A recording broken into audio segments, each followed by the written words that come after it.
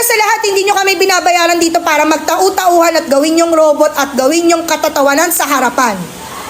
Pangalawa, hindi ako nag-board exam para lang hindi irespeto ng mga katulad nyong wala pa lamang nararating sa buhay. Ang kakapal ng mga mukha nyo.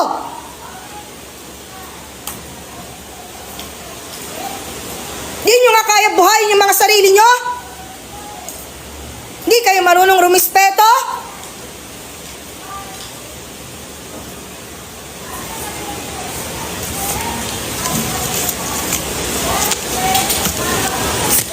Mag-board exam din kayo para malaman nyo kung hanggang saan kayo.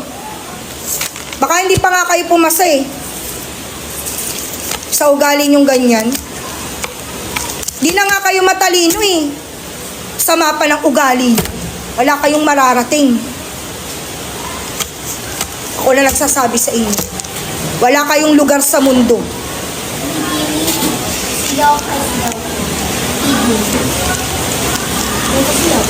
Bumaba ka na doon. Tatawa ka pa. Ingrato. Galing squatter.